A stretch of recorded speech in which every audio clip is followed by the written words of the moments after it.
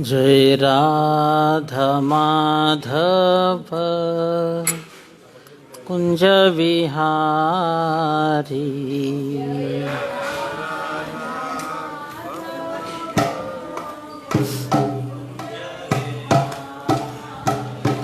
जय राधा माधव कुंज विहारी।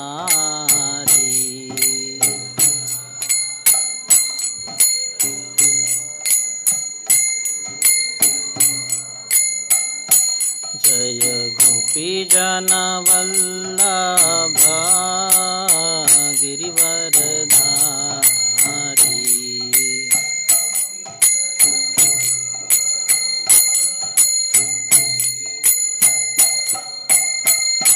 जय गोपी जन वल्लभ गिरिवरधारी।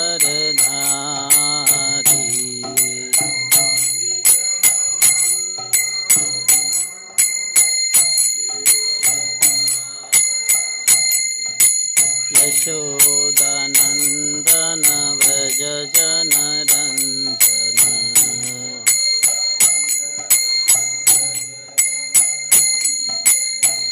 यशोदानंदन व्रज जनरंजन।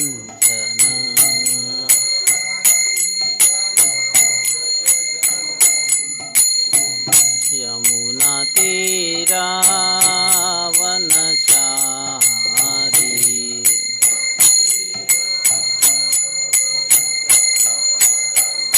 यमुना तीरा वनचारी।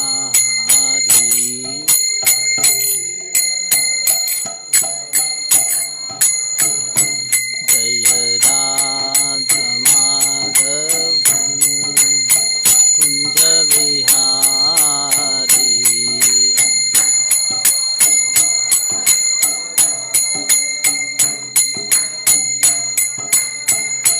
जय गोपी जन वल्लभ गिरिवरधारी।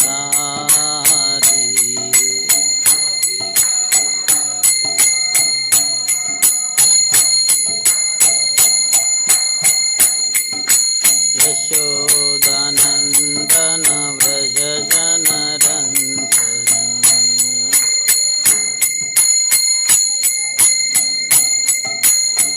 यशोदानंदन व्रज जनरंजन।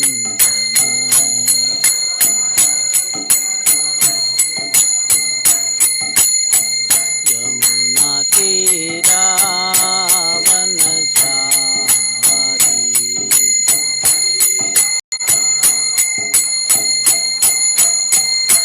यमुना तीरा वनचारी।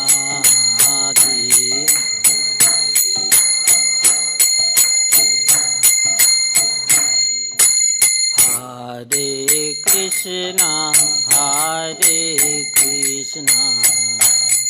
कृष्णा कृष्णा हरे हरे। हरे Ram Ram Ram Hare Hare.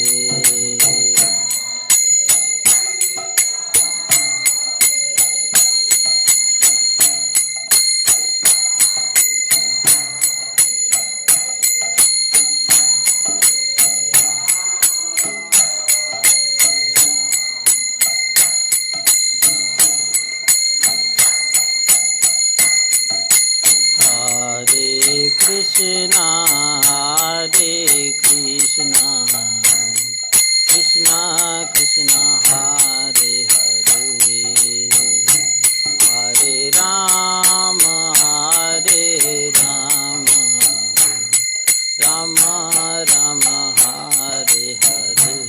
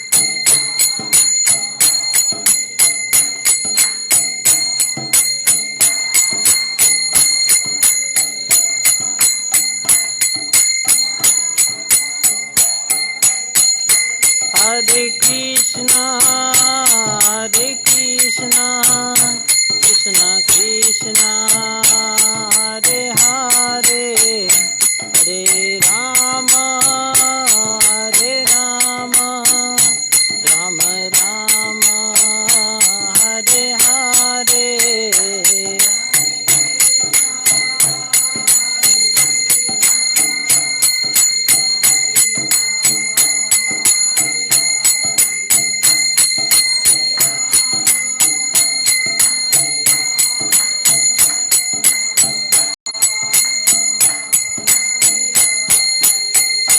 Jai Radha Gokulanand Radha Gokulanand Radhe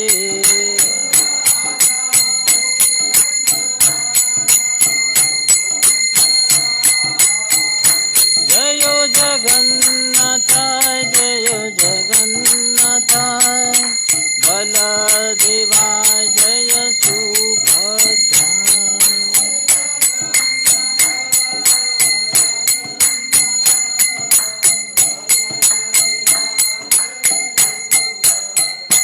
Jaya Gauranitai Gauranitai Gauranitai Jaya Gauranitai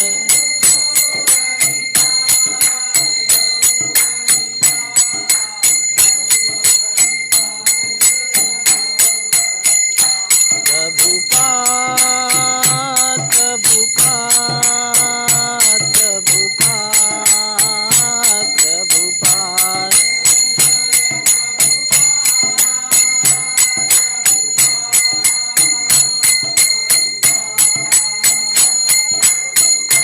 Nitai Gaur Hari Bol Hari Bol Hari Bol Hari Bol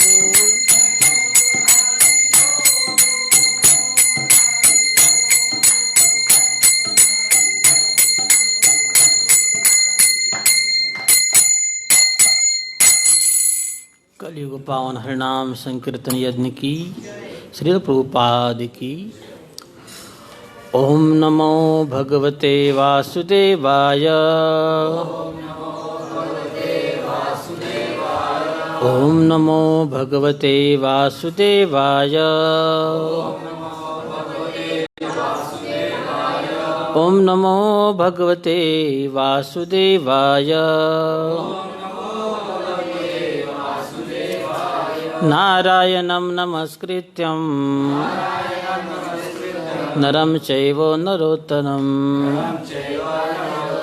देवीं सरस्वतीं व्यासं ततो जाया उदीरे नष्टप्रायेषु अभद्रेषु नित्यं भागवत सेवया भगवतीरुत्तमश्लोके भक्तिर्भवति नैष्टिकी। कृष्णाय वासुदेवाय देवकीनन्दनाय च नन्दगोपकुमाराय गोविन्दाय नमो नमः। मुखं करोति वाचालं पङ्गुलङ्गायते गिरं यत्कृपातमः वन्दे श्रीगुरुदीनतारिणे। परमानन्दमाधव श्रीचैतन्य ईश्वर।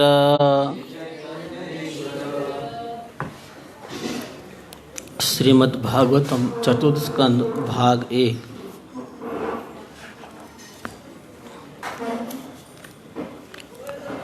अध्याय 19 राजा पृथु के 100 अश्वमेध यज्ञ। कृतविर्मताम एष देवेश दुर्वग्रह धर्म व्यतिकरो यत्र पाखंडे इंद्र निर्मिते। कृतविर्मताम एष देवेषु दुर्वग्रह धर्मव्यतिकरः यत्र पाखंडे इंद्रनिर्मिते कृतविर्मताम् एष देवेषु दुर्वग्रह धर्मव्यतिकरो यत्र पाखंडे इंद्रनिर्मिते।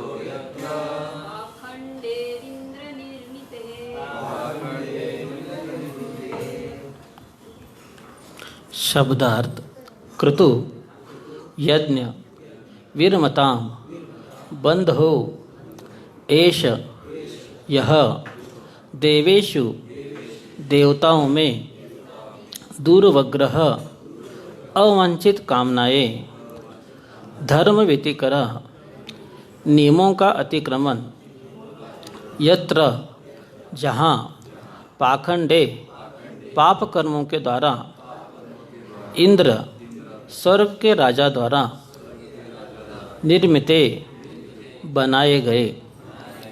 अनुवाद। ब्रह्मा ने कहा, इन यज्ञों को बंद कीजिए क्योंकि इनके कारण इंद्र अनेक अधर्म कर रहा है।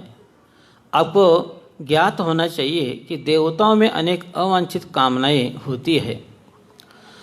तात्पर्य श्रील प्रभुपाद द्वारा। श्रील प्रभुपाद की सामान्य व्यापारिक कार्यों में अनेक प्रतियोगी होते हैं और कभी कभी वेदों के कर्मकांड विषयक अध्यायों को लेकर कर्मियों के बीच स्पर्धा तथा द्वेष उत्पन्न होता है। कर्मी को ईर्ष्यालु होना चाहिए क्योंकि वह भौतिक सुख को छक्कर भोगना चाहते हैं। यह भवरोग है। फलतः कर्मियों के बीच चाहे सामान्य व्यापार हो या यज्ञ हो, सदैव स्पर्धा रहती है। ब्रह्मा का उद्देश्य इंद्र तथा महाराज पृथु की स्पर्धा का अंत करना था। क्योंकि महाराज पृथु महान भक्त एवं ईश्वर के अवतार थे, इसलिए उनसे प्रार्थना की गई कि वे यज्ञ को बंद कर दे, जिससे इंद्र और आगे अधर्म न चलाए, जिसका पालन अपराधी प्रवृत्ति के लोग करते हैं। ओम अज्ञानतिमिरन्धस्य ज्ञानाञ्जनशलाकया चक्षुरुन्मिलितं येन तस्मै श्रीगुरुवे नमः। श्रीचैतन्यमनोभीष्टं स्थापितं येन भूतले स्वयं रूपा कदा मह्यं ददाति स्वपदान्तिकं। वन्देऽहं श्रीगुरु श्रीयुतापदकमलं श्रीगुरु वैष्णवांच। श्रीरूपं साग्रजातं सहगणरघुनाथं वितं तं सजीवं साद्वैतं सावधूतं परिजनसहितं कृष्णचैतन्यदेवं श्रीराधाकृष्णपादा सहगणललिता श्रीविशाखवितञ्च। नमो विष्णुपदाय कृष्णप्रेष्ठाय भूतले श्रीमते भक्तिवेदान्त स्वामिनीति नामिनि। नमस्ते सारस्वते देवे गौरवाणी प्रचारिणे निर्विशेष शून्यवादी पाश्चात्य देश तारिणी। जय श्री कृष्ण चैतन्य प्रभु नित्यानंद श्री अद्वैत गदाधर श्रीवासादि गौर भक्त वृंद। हरे कृष्णा कृष्णा कृष्णा हरे हरे हरे राम राम राम हरे हरे। ओम अपवित्र पवित्र वा सर्वस्तुतगतोऽपि वा यस्मरते पुंडरीकाक्षं सबहमेन्त शुचि। श्री विष्णु श्री विष्णु श्री विष्णु। हरे कृष्ण। तो सब भक्तों का हार्दिक स्वागत है आज के इस सुबह के भागवत कक्षा में। तो श्री प्रभुपाद गुरु महाराज और समस्त वैष्णवों के आशीर्वाद की कामना करते हुए आज हम भगवान के बारे में कुछ बोलने का प्रयास करेंगे। तो एक बार दो व्यक्तियों के बीच में वाद विवाद होने लगा। तो विषय क्या था, वो दो टेलर थे, उनके पास एक कपड़ा आया। तो एक ने कहा इसको कैंची से काटना चाहिए, दूसरे ने कहा कैंची से नहीं चाकू से काटेंगे। तो एक कह रहा था कैंची से काटेंगे, दूसरा कह रहा था चाकू से काटेंगे। तो दोनों के बीच ये वाद बढ़ता गया, कैंची चाकू कैंची चाकू। तो बाद में बहुत बड़ा झगड़ा होने लगा उसके कारण। फिर एक ने फिर उसको उठाकर उसने पानी में फेंक दिया उधर, और वो डूबने लगा, पूरा डूब गया। उसका एक ही हाथ बाहर था, डूब रहा था, लेकिन डूबते डूबते उसने संकेत किया काटना है तो कैंची से, तोड़ेंगे दम मगर, लेकिन हम अपने बात के ऊपर अटल। मर रहा है लेकिन जाते समय भी कह रहे कि काटना है तो कैंची से। दो पड़ोसी थे, आपस में दो बहुत ईर्ष्या करते थे, स्पर्धा करते थे। एक ने गाड़ी ले लाया तो दूसरा भी क्या करता, उससे अच्छा गाड़ी लाता था। एक ने कुछ फ्रिज लाया तो उससे अच्छा कुछ तो मॉडल लाता था। तो उसे हमेशा वो एक दूसरे के बीच उनकी स्पर्धा चलती रहती थी। एक बार उसने देखा कि मेरा पड़ोसी बहुत तपस्या कर रहा है, भगवान की बहुत पूजा कर रहा है, तो वो भी करने लगा। फिर भगवान एक के ऊपर प्रसन्न हो गए। उसने कहा आपको क्या चाहिए? उसने कहा मेरा पड़ोसी तपस्या कर रहा है, वो जो मांगेगा उससे डबल मेरे को चाहिए। भगवान ने कहा तथास्तु। फिर वो दूसरे के पास गए, भगवान ने कहा आपको क्या चाहिए? उसने कहा उसने क्या मांगा? भगवान ने कहा उसने कहा कि आप जो मांगेंगे उसको डबल मिल जाएगा। तो उसने कहा ठीक है मेरी एक आंख फोड़ दो। तो उसके दो आंखें फूट गई। तो लोग अपना नुकसान करके भी दूसरा का नुकसान करना चाहते हैं। क्यों? क्योंकि मन में क्या है, ईर्ष्या है, द्वेष है, स्पर्धा की क्या है, भावना है। तो इस जगत में हर एक जीव के अंदर ये ईर्ष्या, द्वेष और स्पर्धा की भावना रहती है। आजकल हर जगह ये सारी चीज़ें हमको देखने को मिलती है। कोई व्यक्ति आगे प्रगति कर रहा है, बढ़ती हो रही है, किसी को देखने को नहीं होता। किसी का बेटा इंजीनियर बन गया, डॉक्टर बन गया, कुछ बड़ा अफसर हो गया, तो लोगों को ये देखने को नहीं होता। वो सोचते हैं कि भाई मेरा बेटा नहीं हुआ, इसका बेटा कैसे हो गया। तो मन में क्या है, ईर्ष्या और द्वेष की क्या है, भावना है। तो आजकल हर क्षेत्र में हम देखते हैं ये ईर्ष्या, स्पर्धा और द्वेष की भावना है। जैसे हम देखते हैं पहले ज़माने में गांव में एक ही कॉलेज होता था, लेकिन आजकल हम देखते हैं कि एक ही गांव में कितने कॉलेज हैं। हर कोई एडवर्टाइजमेंट कर रहा है कि आप हमारे यहाँ एडमिशन लीजिए, हम अच्छा ज्ञान देंगे, अच्छा केयर करेंगे। बहुत सारे लोग जाहिरात कर रहे हैं। फिर हम देखते कि ट्यूशन क्लासेस भी बहुत बढ़ गए हैं। पहले ज़माने में ट्यूशन ही नहीं होता था, सिर्फ क्लास में जो पढ़ा है उतना ही पढ़ा है। लेकिन जो टीचर लोग हैं वो ठीक से नहीं पढ़ा रहे थे, इसलिए ट्यूशन अभी उस समय चालू हो गया। और आजकल हम देखते हैं कॉलेज से ज़्यादा ट्यूशन बहुत है। कॉलेज से ज़्यादा ट्यूशन की फ़ीस क्या है, बहुत है। हर कोई ट्यूशन वाला कहता है कि आप हमारे पे आइए, हम अच्छा ट्यूशन देंगे, अच्छा कोचिंग देंगे। हर कोई जाहिरात कर रहा है। कंपटीशन चल रहा है, और आपने जो जो रैंक में आते हैं उसको फ़ोटो लगा देते कि हमारे यहाँ पे आने के बाद कितने रैंक लोग बढ़ा रहे हैं। तो स्पर्धा चल रही है।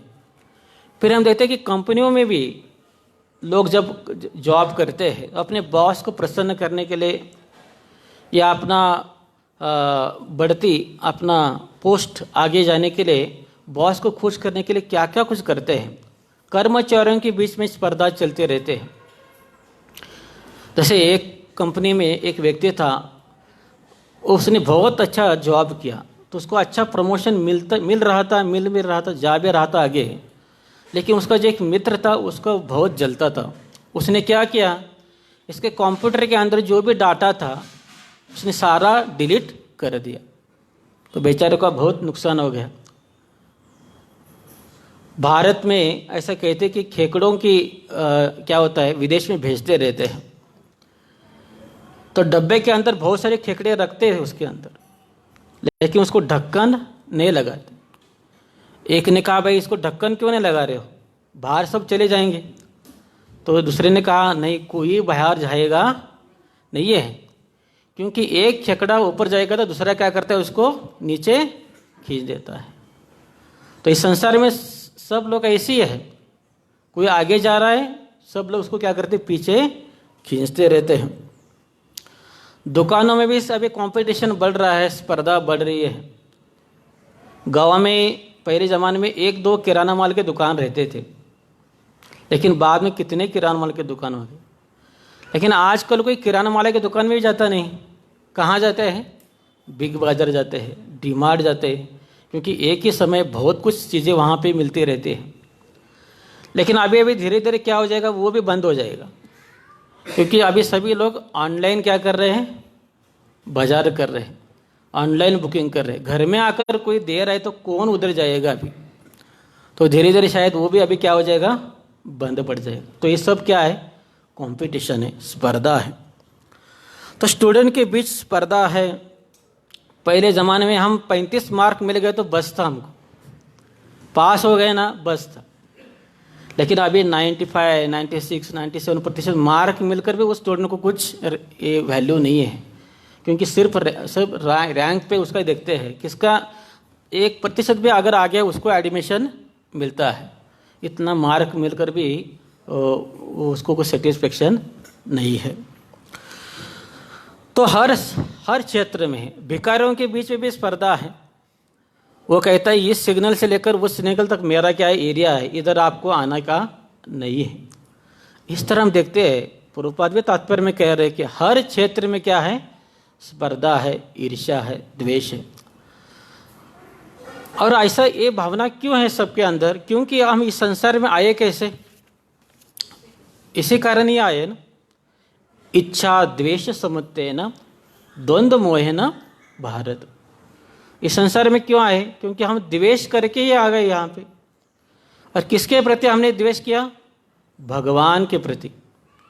वे भगवान के प्रति हमने द्वेष क्यों किया, क्योंकि हमने देखा आध्यात्म जगत में कि आध्यात्म जगत में श्री कृष्ण ही क्या एक स्वामी है। सिर्फ आध्यात्म जगत में नहीं, भोक्तारम यद तपसा सर्वलोक महेश्वरम। कृष्ण कहते हैं मैं भोक्ता हूँ, मैं स्वामी हूँ, सर्वलोक महेश्वरम, सबका ईश्वर मैं हूँ, और सबका हितैषी भी कौन है, मैं ही हूँ। तो ये भगवद गीता का क्या है, शांति सूत्र है। और किसी को समझ में आया तो जीवन में शांति पा सकता है। इसमें भगवान कह रहे कि मैं भोक्ता हूँ, तो हम भोक्ता नहीं है। सबके ईश्वर भगवान है और सबके हितैषी भी कौन है, भगवान है। क्योंकि आध्यात्म जगत में सब कोई, हर जीव भगवान की क्या कर रहा है, सेवा कर रहा है, उनकी पूजा कर रहा है, उनका गुणगान कर रहा है। भगवान गोपियों के साथ रासलीला खेल रहे हैं, माखन चोरी करते हैं, गायों को चराना जाते हैं, हर रस का क्या कर रहे हो, आनंद ले रहे हैं। तो हम जैसे कुछ जीवात में होते हैं, वो देखते हैं भाई अकेले भगवान ही क्यों भोगता है, वो ही अकेले क्यों रासलीला खेलते हैं, मेरे को भी रासलीला खेलना है। मेरे को भी संतान उत्पत्ति करना है, मेरे को भी जगत उत्पन्न करना है, सबको मेरे भी पूजा करना चाहिए, ऐसी भावना हमारे में आ जाती है। तो भगवान कहते हैं भाई यहाँ पे रासलीला मत खेलो, आपके लिए मैं अलग सा प्लेटफॉर्म तैयार करता हूँ। तो उन्होंने ये जगत जो बनाया है ये हमको रासलीला खेलने के लिए बना है, क्योंकि जिसको खेलना है भाई इधर आकर क्या करो आप खेलो। लेकिन ये जगत क्या है, सब कुछ क्या है यहाँ पे नकली है।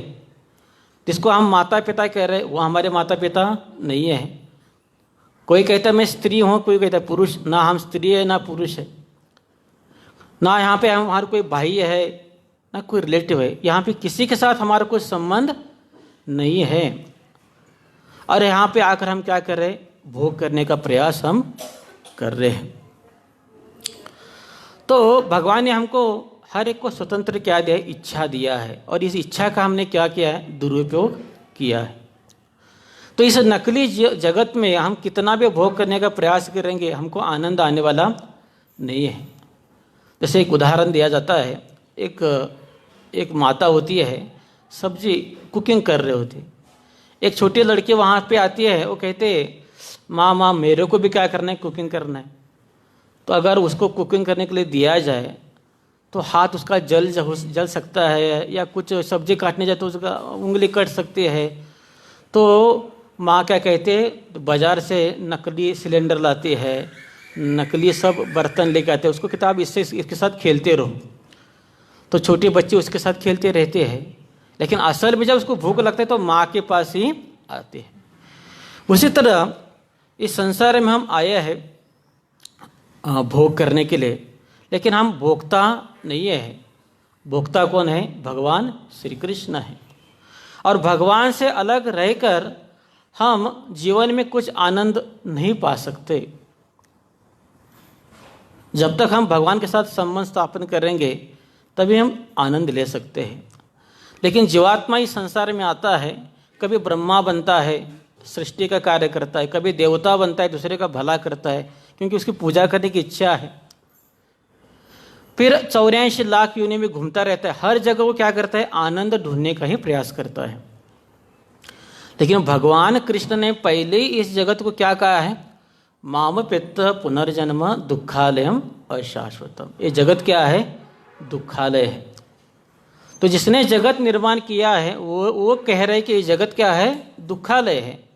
तो यहाँ पे हम सुख की अपेक्षा कैसे कर सकते हैं। जैसे कोई व्यक्ति, किसी को गन्ना खाना है तो उसको गन्ना ही खाना चाहिए, तभी उसको रस आएगा। हाँ, लेकिन अगर वो गन्ना समझकर अगर कोई बाम्बू को चबाएगा तो उसको रस आने वाला नहीं है। तो बाम्बू भी गन्ने जैसा ही दिखता है, लेकिन उसमें रस नहीं होता। उसी तरह इस संसार में हर चीज़ें हमको सत्य प्रतीत होती है, लेकिन वो सत्य नहीं है। ये आध्यात्मिक जगत की क्या है, प्रतिकृति है। जैसे हम आईने में खड़े रहते हैं, आईने के अंदर हमारा क्या देता है, प्रतिकृति दिखता है, सत्य है, वो कोई असत्य नहीं है। लेकिन असल सत्य क्या है, बाहर है। उसी तरह इस संसार में सुख नहीं है, लेकिन इस संसार के परे और एक जगत है, भगवान का धाम, उसको कहते हैं वैकुंठ धाम, जहाँ पे ना जन्म है, ना मृत्यु है, ना बुढ़ापा है, ना कुछ बीमारी है। वहाँ पे सिर्फ आनंद ही आनंद है। तो इस जगत क्या है, सिर्फ दिखावा है। विफल से विनु कृपन दूरजन चपल सुख लव लागिरे। तो क्या कहते हैं, ये जगत क्या है, सब चपल सुख है। सही में आनंद यहाँ पे नहीं है। जैसे गुलाब जामुन का आनंद हम मुंह में डाल देते आनंद आता है, लेकिन नीचे अंदर चला गया तो उसका आनंद नहीं है। ठीक है, गुलाब जामुन का आनंद है, लेकिन कितना खा सकते हैं, 1 खाएंगे, 2 खाएंगे, 10 के बाद उल्टी आ जाती है, भाई अभी मत दे दो। तो इस संसार का आनंद क्या है, हम ज़्यादा भोग भी हम कर नहीं सकते, ज़्यादा खा भी नहीं सकते, खाने के बाद पचा भी नहीं सकते। तो विफल सेविनो, इस संसार में सुख के लिए कितना भी प्रयास करो, सब कुछ क्या है, विफल है। ए धन यौवन पुत्र परिजन इथे के आचे परतीतरे। तो सब व्यर्थ है। क्या है? हमारा जो धन है, इतना कमाते हैं, इतना कमाते हैं, लेकिन साथ में तो कुछ लेके जाने वाले नहीं है। आजकल हम देखते हैं जो अमीर लोग होते हैं उनके पास बहुत पैसा है, तो करना क्या है? बेलगाम में एक फ्लैट लेंगे, बेंगलोर में एक लेंगे, बम्बई में एक लेंगे, सब जगह लेके रखेंगे, लेकिन सब जगह जाके रहने वाले नहीं है। कोई कह रहा था अमेरिका में एक बहुत बड़ा बंगला है, हाँ 20-25 उसके अंदर कमरे हैं, हाँ, लेकिन मालिक कितने कमरे में रहेगा? एक ही कमरे में क्या करेगा? वो सोएगा। हर कमरे में सोने वाला नहीं है। जब वो ऑफिस में चले जाएगा तो सब नौकरी सब जगह जाकर लेटने वाले हैं उधर। इस तरह हम देखते हैं कि जिसके पास धन है, बहुत सारा कमाता है, सब रखता है, लेकिन मरने के बाद वो साथ कुछ लेके जाने वाला नहीं है। सारी संपत्ति उसकी इधर ही रहने वाली है। हमारा जो यौवन है, हमारा जो रूप है जो हम देख रहे हैं, वो भी हमेशा ऐसे रूप रहने वाला नहीं है। जैसे शादी के समय, शादी होने के बाद एक वो फोटो निकालते हैं ना, बहुत ही सुंदर रूप होता है, लेकिन कुछ दिन के बाद क्या होता है? वो रूप चेंज हो जाता है। तो इस तरह हम देखते हैं यौवन भी हमारा नहीं है। पुत्र परिजन, जिसको हम अपना पुत्र समझते हैं, उसको अच्छा पढ़ाते लिखाते बड़ा करते, ऐसा लगता है कि हम सोचते हैं कि भाई बुढ़ापे के समय हमारा क्या करेगा? हमको हमारे ख्याल करेगा। लेकिन जब वो बूढ़े हो जाते हैं तो उसको शांताई वृद्धाश्रम जाना पड़ता है उसको। या बेटा अमेरिका में रहता है, माता पिता कहाँ रहते हैं? इंडिया में रहते हैं। तो पुत्र परिजन, परिजन यानी रिलेटिव्स, जो हमारे नातेवाईक होते हैं, वो भी हमारे साथ रहते नहीं हैं। जब तक हमारे पास धन है, संपत्ति है, वो हमारे साथ आजू बाजू रहते हैं। लेकिन कोई कंगाल पति है, उसके आसपास भटकते भी नहीं है। क्यों? क्योंकि उनको लगता है भाई ये हमारे से कुछ तो पैसा मांगेगा, कुछ तो मांगेगा, इससे वो दूर ही रहते हैं।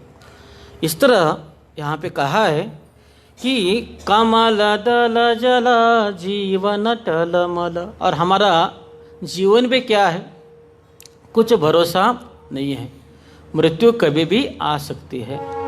तो इस संसार में कुछ भी शाश्वत नहीं है। तो भगवान कहते हैं माम पेत्य पुनर्जन्म दुखालयम अशाश्वतम। ये जगत क्या है? दुखालय है। क्या दुख है इस संसार में? एक तो लोगों को पता ही नहीं, कुछ लोगों को पता ही नहीं दुखालय है। अगर हम अमेरिका जाएंगे, रशिया जाएंगे, उन लोगों को कहेंगे जगत दुखालय, वो कहते भाई कहाँ दुख है, सब एंजॉय चल रहा है। लेकिन संसार में दुख क्या है? 3 प्रकार के दुख है। आदि दैविक ताप, आदि भौतिक ताप, आदि आध्यात्मिक ताप। देवताओं के द्वारा हमको तकलीफ हो रहा है, बाढ़ आता है, अकाल होता है, खाने को नहीं होता, बहुत प्रकार के रोग आते हैं, उससे लोग पीड़ित है। आदि भौतिक ताप, पड़ोसी से तकलीफ है, परिवारजनों से तकलीफ है, मच्छर काटते वो तकलीफ है। आदि आध्यात्मिक ताप, मन और शरीर से हमको क्या है? तकलीफ है।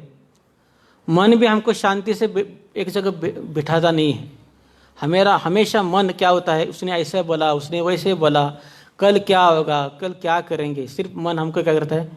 तकलीफ देता है। और ये शरीर तो बचपन से हमको तकलीफ ही तकलीफ देता है। कभी सर दर्द है, कभी कमर दर्द है, किसको हार्ट का प्रॉब्लम है, किसको लिवर का प्रॉब्लम है, किसको डायबिटीज़ है। तो ये कुछ सुख देने वाला नहीं है। इसलिए कृष्ण कहते हैं जगत क्या है? दुखालय। और पुनर्जन्म, इस संसार में जो भी आता है उसको बार बार क्या करना पड़ता है? किसी माँ के घर में जन्म लेना पड़ता है। पुनर्पि जननी जठरे शयनम बहुत दुस्तारे पाहि मुरारे।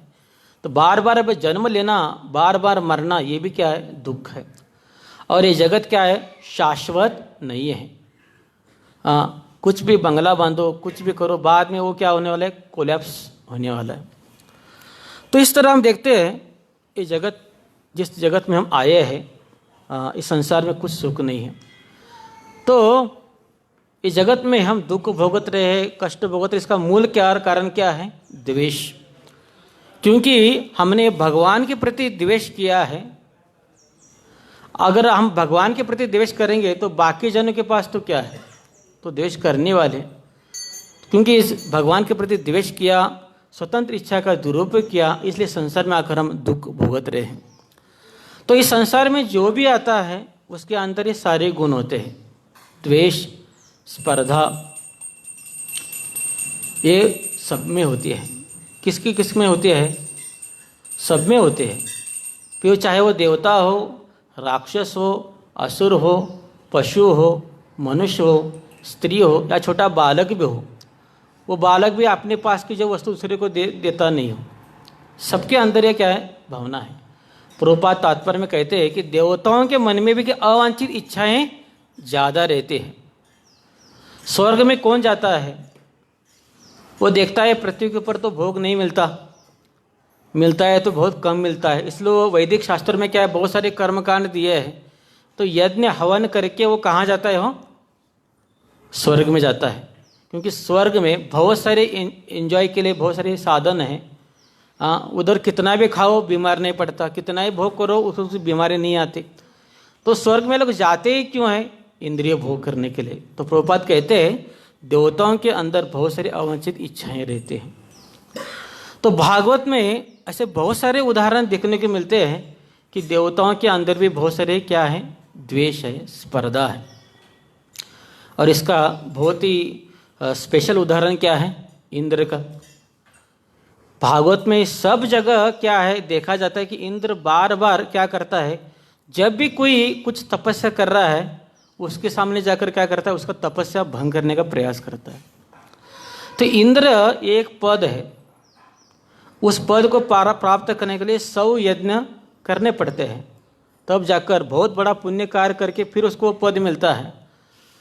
तो जिस तरह इस हम देखते हैं भारत में भी जो पंत प्रधान का पद है या कुछ मुख्यमंत्री का पद है, वो भी क्या सिर्फ 5 साल के लिए। तो उसमें उसके ऊपर टिकने के लिए लोग क्या क्या कुछ नहीं करते, और उसको गिराने के लिए भी लोग क्या क्या कुछ नहीं करते। क्योंकि क्या है? स्पर्धा है। तो इंद्र भी हमेशा डरता रहता है कि भाई कोई यज्ञ कर रहा है, हो सकता है वो मेरा पद लेगा। कोई ज़्यादा तपस्या कर रहा है, हाँ हो सकता है वो इंद्र पद के लिए तपस्या कर रहा होगा। इसलिए बार बार वो अप्सराओं को भेज कर क्या करता है? तपस्या भंग करता है। एक बार नर नारायण ऋषि तपस्या कर रहे थे। तो नर नारायण ऋषि कौन है? वो साक्षात भगवान है। उनको क्या पड़ी वो इंद्र के पद की। लेकिन वो घनघोर तपस्या कर रहे थे। इंद्र को लगा शायद ये इंद्र पद के लिए तपस्या कर रहे हैं। तो उन्होंने क्या किया? बहुत सारे सुंदर अप्सराओं को उधर भेज दिया। तो कामदेव वहाँ पे आकर अपना कार्य करने लगे। कामदेव के पास 3 बाण है, वो 3 बाण जिसके ऊपर वे डालते हैं वो घायल हो जाता है। तो वहाँ पे नृत्य गायन चलने लगा, बहुत ही अच्छा वातावरण होने लगा। तो भगवान ने देखा कि ये सब क्या नाटक चल रहा है। तो भगवान खड़े हो गए और उनके जांघा से बहुत सारी सुंदर अप्सराएं ऐसे ही उत्पन्न होने लगी। जो उनके सामने आई थी स्वर्ग से, उनसे ज़्यादा वो सुंदर थी वो अप्सराएं। तो वो जो आए थे वो शर्माने लगे, भाई हमसे ज़्यादा सुंदर अप्सराएं हैं। अरे उनमें से एक थे उर्वशी। भगवान ने कहा आपका ये नाटक बंद करो और ये उर्वशी को इंद्र को भेड़ दे दो। आपका ये ड्रामा मेरे सामने चलने वाला नहीं है। तो इस तरह हम देखते कि इंद्र ने भगवान को भी नहीं छोड़ा, हाँ उनका भी तपस्या भंग करने का उसने प्रयास किया। ब्रजवासी हर साल इंद्र की पूजा करते थे, लेकिन एक बार कृष्ण के कहने से उन्होंने इंद्र की पूजा बंद कर दी और गोवर्धन की पूजा की। तो इंद्र को कितना क्रोध आ गया। तो हम देखते कि इस संसार में हमारा संबंध कैसे है। जैसे तुकाराम महाराज कहते हैं, जने सुख्याचे दिला घेतल्याचे अंत्य काळ नाही कोणी। यानी इस जगत का संबंध कैसा है, जब तक मैं किसी का भलाई के लिए हूँ, मेरे साथ मेरे कारण किसी का बेनिफिट हो रहा है तो हमारे साथ वो संबंध स्थापित करते हैं। लेकिन हम जब कुछ देना बंद कर देते हैं तो वो हमारा दुश्मन बन जाता है। रिलेटिव में भी कैसा है, वो भाई अच्छा है क्योंकि वो मेरे कुछ साड़ी दे रहा है, वो काका अच्छा है क्योंकि वो मेरे कुछ पैसा दे रहा है। लेकिन नहीं दे रहे तो बहुत बड़ा बदमाश है, कुछ देता नहीं हो। ये संबंध ऐसा है, जब तक सलूट करेंगे तब तक लोग हमको कीमत देंगे, लेकिन नहीं देंगे तो वो हमको गाली देंगे।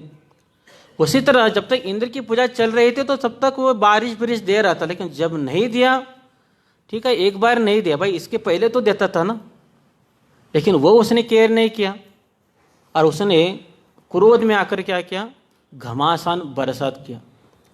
लेकिन भगवान का ऐसा नहीं है। आज हम भगवान की भजन कर रहे हैं, पूजा कर रहे हैं, लेकिन गलती से अगर हमने भगवान की पूजा बंद भी कर दी, करना नहीं चाहिए, लेकिन भगवान हमारे ऊपर ऐसे क्रोध नहीं करते जैसे इंद्र ने किया। भगवान ऐसे नहीं कहेंगे कि देखो इसने मेरी पूजा बंद कर दी, पूरा अब इसका सत्यानाश करूंगा, ऐसे भगवान नहीं सोचते। बल्कि भगवान क्या करते हैं, नेहा विघ्न मनुष्यस्ति प्रत्यवाय निविद्यते स्वल्प अपश्य धर्म से त्राय तो महत्व भयात। भगवान क्या कहते वो गीता में, जिसने भी कोई मेरी थोड़ी भक्ति की है उसके बड़े बड़े संकटों से मैं इसको क्या करता हूँ, मुक्त करता हूँ। अजामिल ने भगवान का भजन किया था, लेकिन बाद में उसने भक्ति छोड़ दिया। लेकिन भगवान ने क्या किया, जब यमदूत उसको लेने के लिए आए और जब अजामिल ने नारायण का नाम पुकारा तो भगवान ने उसकी क्या की, रक्षा किया। लेकिन इंद्र देवता ऐसा नहीं है, जब तक पूजा करेंगे तब तक देंगे, नहीं देंगे तो उसके ऊपर संकट डाल देंगे। तो इस तरह हम देखते हैं कि इंद्र ने बहुत बड़ा घमासान बरसात किया, लेकिन भगवान की कृपा से ब्रजवासी बच गए। ययाति महाराज पुण्य करके ऊपर चले गए थे, लेकिन इंद्र को वो देखा नहीं गया। तो ये किसको कैसा पतन करना है वो इंद्र को पता है। इंद्र ने एक बार ययाति महाराज को अपने पास बुलाया, कहा आपने ऐसे क्या कर्म किया जो आप स्वर्ग में आ गए। तो ययाति महाराज अपने मुख से अपना गुणगान करना चालू कर दिया, मैंने ये पुण्य किया, मैंने वो दान किया, ये किया वो किया। लेकिन शास्त्र में क्या कहा है, अगर कोई अपने मुख से अपना गुणगान करेगा तो उसका पुण्य क्या होता है, समाप्त होता है। तो ययाति महाराज इतना गुणगान किया अपना, उसका पुण्य क्या हुआ, खत्म हो गया, ऊपर से वो फिर नीचे आ गए। इस तरह हम देखते कि इंद्र को पता है किसका कैसे पतन करना है। एक ऋषि बहुत ही अच्छा तपस्या कर रहा था, इंद्र को लगा अभी ये तो मेरे पद के लिए क्या कर रहा है, तपस्या कर रहा है, अब इसका कैसे पतन करेंगे, अप्सरों भेजकर तो उसका पतन होने वाला नहीं है। उसने क्या ट्रिक किया, उसके पास गए, उसने कहा उस ऋषि को, देखो ये मेरे पास तलवार है, थोड़ी देर के पास आपके पास रख दो, बाद में आकर मैं क्या करता हूँ, कलेक्ट करता हूँ। ऐसा कहकर वो चले गए। अभी वो ऋषि तपस्या कर रहे थे, लेकिन हाथ में अभी क्या आ गया, तलवार आ गया और पूरा चमक रहा था। तो ऋषि ने सोचा ये क्या है, कैसे काम करते, थोड़ा देखना चाहिए मेरे को। तो क्योंकि वो कंदमूले खाता था, तो उसने क्या किया, वो तलवार से कंदमूला काटा, फिर और कुछ पेड़ काटा, कुछ झाड़ काटा, ऐसे काटते काटते फिर प्राणियों को काटने लगा, फिर लोगों को काटने लगा। ऐसे करते करते करते उसका तपस्या पूरा भंग हो गया। तो देखिए इंद्र कितना चालाक है। एक बार नारद मुनि तपस्या कर रहे थे, बहुत ही सुंदर अच्छा तपस्या कर रहे थे, अप्सरों को भेजा, लेकिन वो कुछ भंग नहीं कर पाए नारद मुनि का। तो इंद्र ने सोचा ये अप्सरों से तो कुछ इनका होने वाला नहीं है, तो इसका पतन कैसे करूं। तो उसने क्या किया, इन नारद मुनि का गुणगान करना चालू कर दिया। अभी किसी का क्या वीकनेस है हम कुछ बोल नहीं सकते, हर एक का अलग अलग होता है। तो नारद मुनि को कहने लगे, नारद मुनि कितने महान भक्त हैं आप, कितने महान है, इतने सारे अप्सरों भेज कर भी आप काम से शिकार नहीं हो गए। शिवजी भी काम से मोहित हो गए, लेकिन आप नहीं हो पाए। तो ऐसा गुणगान बोलने के बाद फिर नारद की आंख खुली और नारद को लगा कि मैंने काम के ऊपर क्या किया है, विजय प्राप्त किया है। फिर सब जगह जाकर वो बोलने लगा, देखो मैंने काम की विजय प्राप्त किया, ये किया वो किया। शिवजी ने कहा, देखो हमारे पास कह रहे हो, लेकिन विष्णु के पास मत कहो।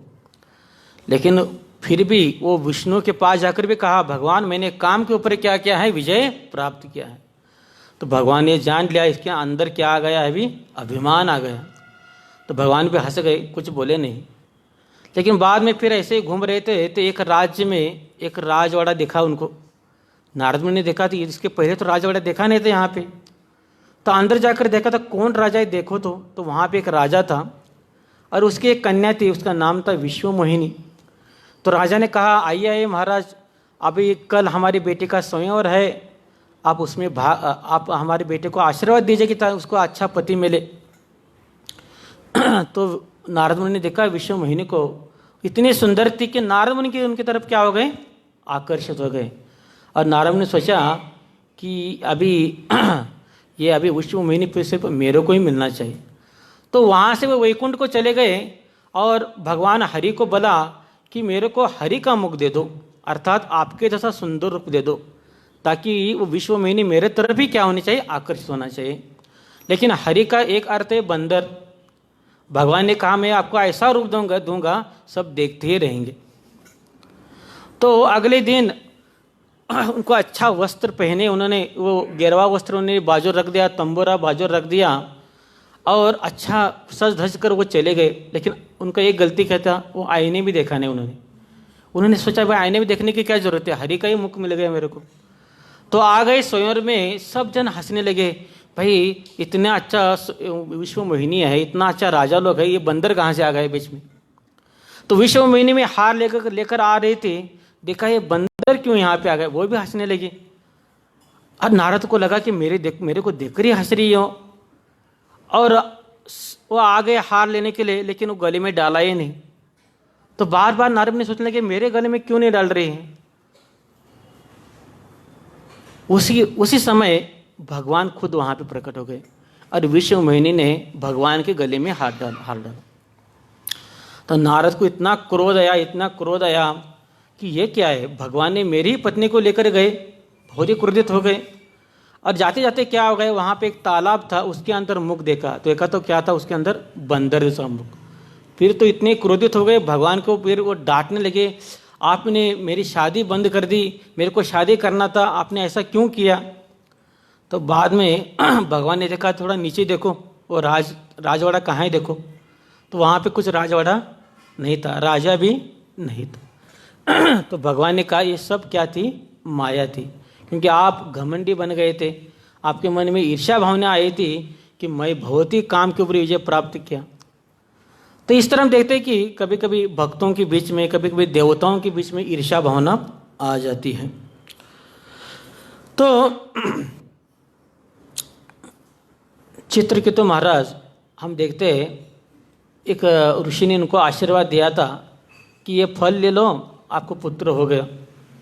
फिर उसकी बहुत सारी रानियां थी, तो चित्रकेतु महाराज ने एक ही रानी को क्या दिया, वो फल दिया। इसका परिणाम क्या हो गया, उसको ही पुत्र हो गया। तो राजा उनके तरफ ज़्यादा प्रेम करने लगे और बाकी रानियां उसके प्रति क्या होने लगे, द्वेष बन गया उनके अंदर, भाई इसको पुत्र हो गया मेरे को पुत्र नहीं होगा। वो तो उन्होंने क्या किया, वो संतान को जहर डालकर मार दिया। तो इस तरह हम देखते हैं ईर्ष्या द्वेष इतना खतरनाक है, और किसी के मन में ये आ गया तो वो किसी को क्या कर सकता है, हत्या भी कर सकता है। तो ये भावना क्यों है हमारे, क्योंकि भगवान कहते हैं इस भावनाओं को लेकर ही हम संसार में आए हैं। तो जीवन में अगर हमको प्रगति करना है, भक्ति में आगे बढ़ना है, तो मन के अंदर जो ईर्ष्या है और द्वेष है उसको बाजू रखना पड़ेगा। ईर्ष्या और द्वेष का सबसे ज्वलंत उदाहरण है दुर्योधन। हम देखते कि दुर्योधन एक नंबर का क्या था, द्वेषी था, ईर्ष्यालु था, हमेशा पांडवों के प्रति वो क्या करता था, द्वेष करता था। उसके पास हस्तिनापुर का राज्य था, लेकिन उसकी आंख इंद्रप्रस्थ के ऊपर थी, द्रौपदी के ऊपर थी। और इसका कारण क्या हो गया, उसके सारे भाई मर गए और ये भी अंतिम समय बहुत दुखी होकर मर गया। उसका कारण क्या था, ईर्ष्या और द्वेष, और वो भी किसके प्रति, वैष्णवों के प्रति। इस तरह हम देखते हैं अगर ईर्ष्या और द्वेष होगा तो व्यक्ति भौतिक जगत में भी आगे नहीं बढ़ सकता, आध्यात्मिक जगत तो दूर ही रहेगा। ईर्ष्या और द्वेष की भावना कैसे है, ऐसे कहते हैं समझे किसी के हाथ में कोयला है जलता हुआ, अगर वो सोचेगा इसको लेकर मैं दूसरे को मारूंगा, अगर वो सोचकर ऐसा अपने हाथ में कोयला रखेगा तो क्या हो जाएगा, पहले इसका हाथ क्या हो जाएगा, जलेगा। तो ईर्ष्या और द्वेष वैसा ही है, जिसके प्रति हम ईर्ष्या कर रहे हैं, द्वेष कर रहे हैं, उसका नाश तो बाद में होगा, पहला नाश हमारा हो जाएगा। इसलिए कहते हैं कि हमको साधु का गुण हमको अपनाना चाहिए। साधु का गुण क्या है? तितिक्ष्व कारुणिका सुहृदम सर्वदेहिना अजात शत्रु शांता साधव साधुभूषण। कपिल भगवान कहते हैं तो सच्चा साधु क्या होता है? वह सहनशील रहता है, वो उसके अंदर करुणा होती है, सबका क्या होता है? मित्र होता है। ये साधु के क्या है? लक्षण है। ऐसा गुण होगा वही व्यक्ति भगवान का भजन कर सकता है। जैसे एक साधु एक नदी के अंदर स्नान कर रहा था। स्नान करते समय उसने देखा एक बिच्छू पानी में डूब रहा है, मर रहा है। क्योंकि वो साधु है इसलिए उन्होंने क्या किया, उस बिच्छू को उसने सोचा उसको लेकर मैं बाहर फेंक दूं ताकि वो जीवित रह जाए। इसलिए उसने उसके अपने हाथ में लिया, लेकिन बिच्छू का गुण क्या है? डंक मारना। उसने डंक मार दिया, फिर उन्होंने छोड़ दिया, पानी के अंदर गिर गया, फिर मरने लगा। फिर उसको उठाया, बाहर फेंकने का फिर प्रयास किया, फिर उसने डंक मार दिया। ऐसे बहुत बार हो गया। तो बाजू में से एक व्यक्ति जा रहा था, उसने कहा भाई मरने दो ना उसको, हाँ आप उसको बचा रहे हो लेकिन ये आपको डंक मार रहे, मरने दो उसको, क्यों आप बार बार प्रयास कर रहे हो? तो साधु ने कहा अगर बिच्छू अपना गुण नहीं छोड़ रहा है तो मैं अपना गुण क्यों छोड़ूं? बिच्छू का गुण क्या है? डंक मारना। साधु का गुण क्या है? बचाना। इस तरह इस संसार में देखते हैं, हम प्रचार कार्य करने के लिए जाते हैं, बुक वितरण करने के लिए जाते हैं, या कुछ अभी रथ यात्रा आ रहा है, कुछ कलेक्शन जाते हैं। कुछ लोग अच्छे बोलते हैं लेकिन कुछ लोग डंक मारते रहते हैं। ये लोग देखो भिखारी आ गए, हमसे पैसा मांग रहे हैं, लेकिन हम भिखारी थोड़ी हैं भाई। आपका धन भगवान की सेवा में हम लगा रहे, आप उसमें आपका ही क्या है? कल्याण है। तो इस तरह हम देखते हैं लोग भले गाली देते हैं लेकिन हमारे भक्त साधु के जैसे क्या करते हैं? घर घर जाते हैं और उनका जो धन है भगवान की सेवा में लगा देते हैं। तृणादपि सुनिचन तरोरभि सहिष्णुना अमानि न मान देना कीर्तनिया सदा हरि। तो चैतन्य महाप्रभु कहते हैं निरंतर भगवान का नाम कौन ले सकता है? जो बहुत ही नम्र है, सहनशील है और हर समय दूसरों को मान सम्मान देता है, मन में किसी के प्रति ईर्ष्या नहीं, द्वेष नहीं, वही व्यक्ति भगवान का नाम ले सकता है और भक्ति में आगे बढ़ सकता है। हरे कृष्णा कृष्णा कृष्णा हरे हरे, हरे राम राम राम हरे हरे। श्री कृष्ण भगवान की, श्रीमद् भागवतम महापुराण की, श्रील प्रभुपाद की। हरे कृष्ण।